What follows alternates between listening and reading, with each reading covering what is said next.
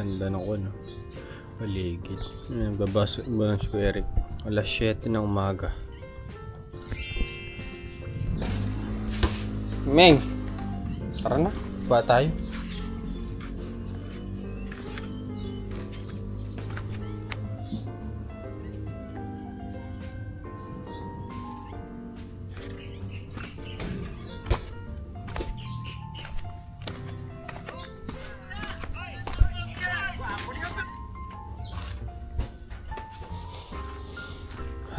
Paras ko ng hangin ngayon. Hindi ka tulad ng parang araw. Nakabukas pala to.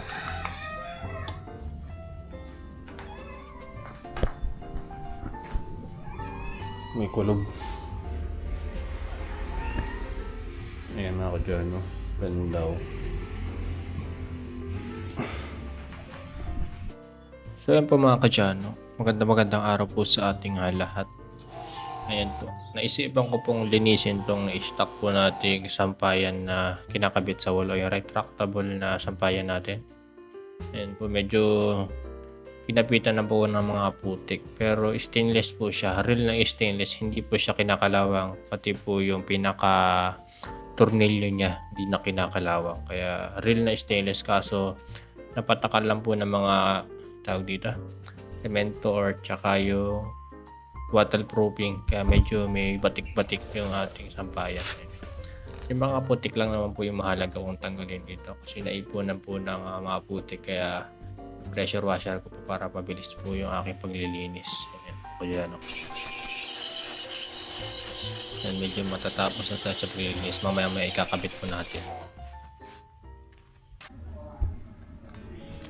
So ayun mga kadyanong, aliligo si 4 ngayon kasi napakainit. Kailangan mo talaga maligo 4. Ayan, naliligo tayo.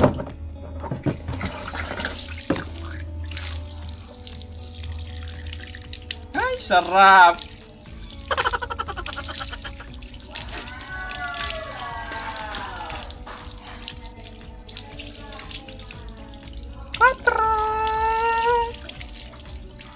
Grabe! Sarap 4, no? Minsan lang yan. Minsan lang yan 4.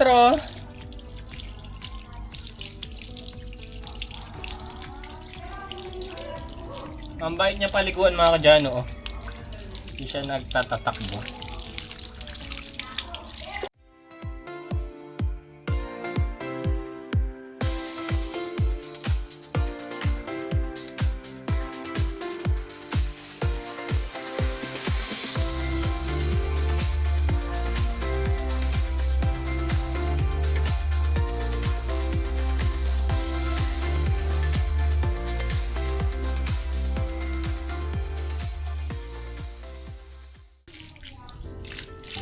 Hindi mo kasi malipag-away kaya nagkakasugot-sugot ka. Laki-laki ba naman? Kalahati ka lang. Kapag away doon sa taas, doon sa itim ng uso, yung one kay Derna. Pero wisi pa akong tulog. Doon sa Katrin. Hindi na lang tinaboy pababa. Wala naman pala si Obra kaya di niya pababa. Ay, dobi. Nakakapos, nagiging tanso.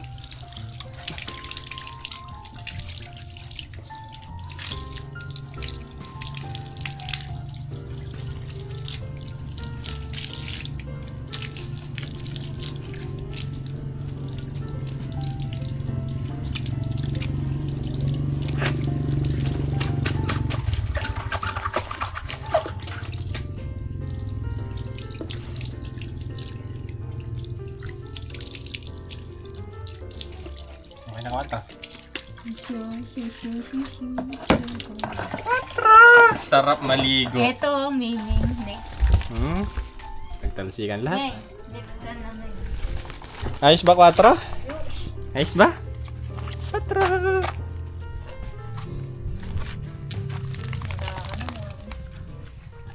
Ming, next ka na. Sino na yung next? Ito. Saka na yan. Kapares ko 4, no?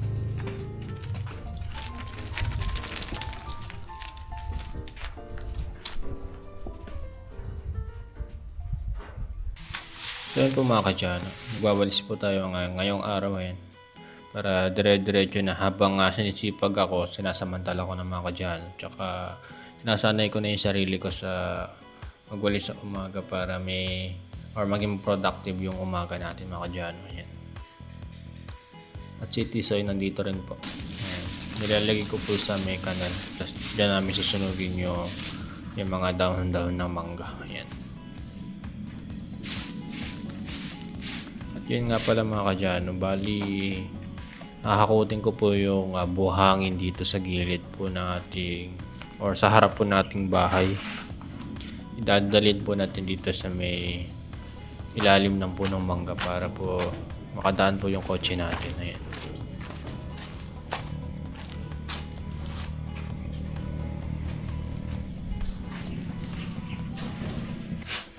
So ayan po, nag-uumpisa na po akong magpala. Mabagal pa ako magpala dito kasi nagwa-warm up pa ako. Ayan. Ayan, sobrang bilis na po natin dyan magpala kasi naka-fast forward po yan. Ayan. Ayan, medyo may kainitan yung araw ngayon. Kaya parang ganado tayo. Ayan. Or tsaka medyo mainit agad. Ayan.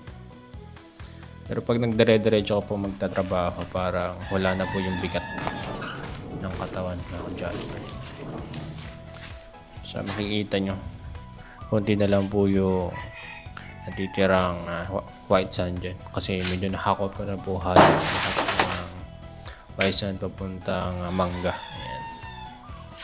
Pero may mga umbok-umbok pa, kaya maghahakot pa tayo ng mga ilang kartilya para makabadaan ng maayos yung ating sasakyan.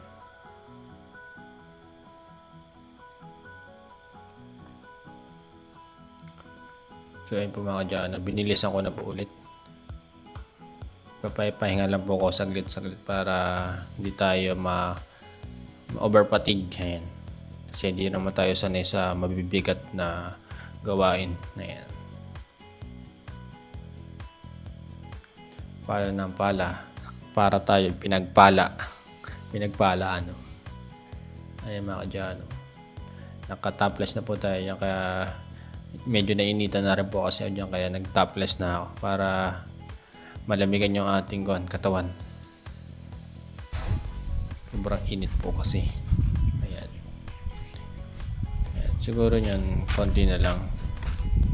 Yun o, kayang bilbil natin yung mga kadyano. Yung mga kadyano. Natamba ko rito.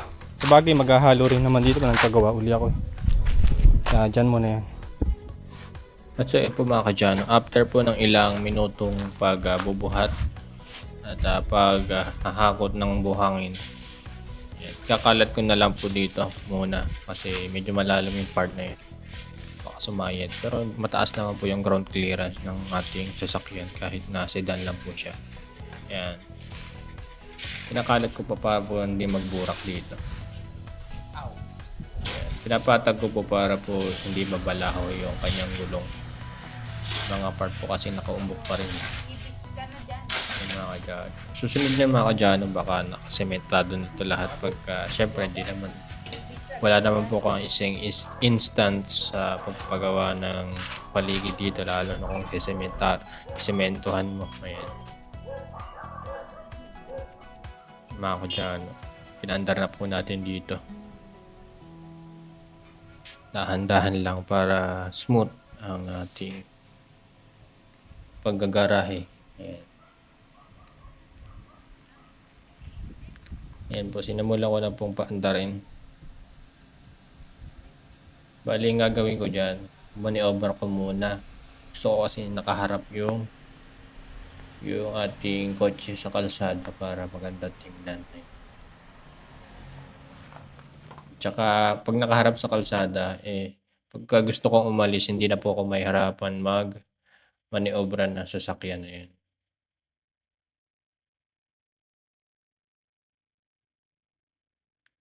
Wala naman po tumama dyan mga kadyano. Kaya safe na safe po. Mukha lang masikip dyan. Pero napakaluwang po niyan. Ayan, tapos na. Satisfied na si kadyano, ba't kumamot? Ayan.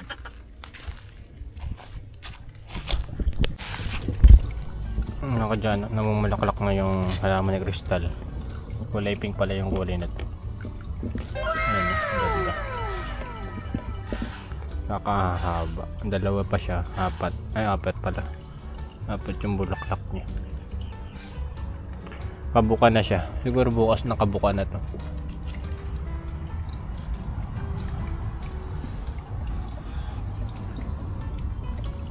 Ayan, fish pang ko. Dami na naman nalaglagan na dahon ng mangga. Naglalagas kasi may mga dilaw-dilaw. Kawawalis ko lang kanina. Dito ko pala tinanggap yung mga white sand. Pagka nagpa-flooring tayo dito, ito na rin gagamitin. Rektang halo na lang dyan. Sarap bali mo 4 kanina, ha?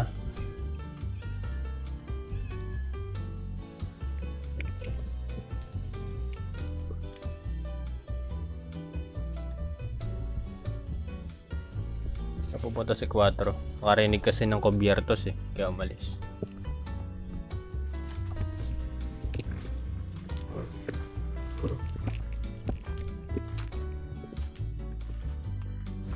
Pasok ko. Binasag ni Alex na.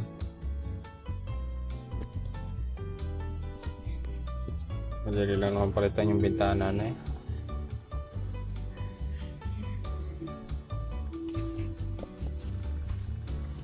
Kotse.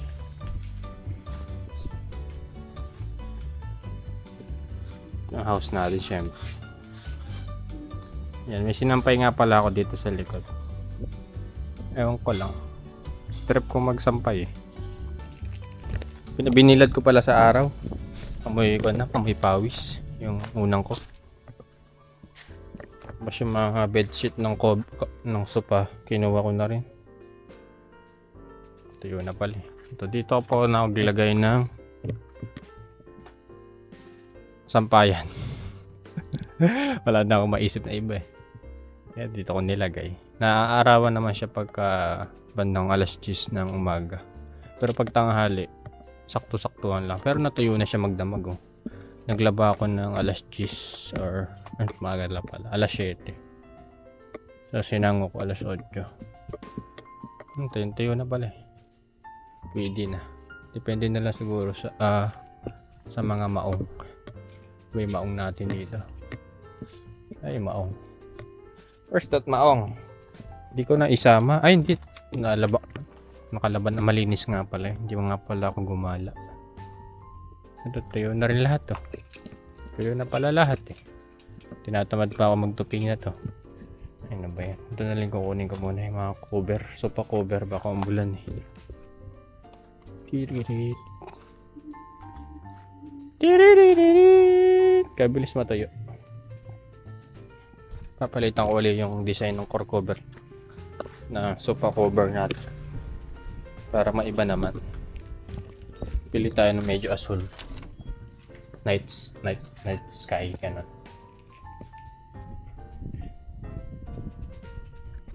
Ayun pala. Pinagtatanggal ko lahat ng damit ko dito sa cabinet ko. Isosort. Wala. Lumilim. Isosort ko to lahat. Medyo magulo nga lang. Yan. Pinagtatanggal ko yung laman ng cabinet ko. Isosort out ko yung mga hindi ko ginagamit. Tapos sa mga ginagamit ko para hindi ako malito sa pagkuha. Tsaka hindi na rin masyadong clutter yung cabinet ko. Para naka-arrange lahat. Yan. Pupuyatan natin mga kadyano yan. Malilinis naman ito mga kadyano. Kaso magulo lang. Sama ko na rin pala dito yung masinampay ko nakaraan. Ayusin pa natin. Magulo pa. It's back mga kadyano. Wala nang conduction sticker kasi napalitan na ng windshield. So forma pa nga pag walang conduction sticker eh. You know. Bahay, naks.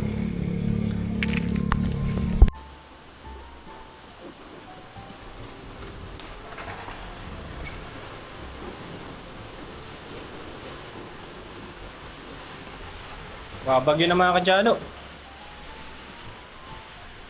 Pakita natin yung pan. Ba't pala tinali ko yung mga kadyano, oh? Magpapaspas. Hindi ko na may tatali yan. Maulan yan, lakas ng ulan eh.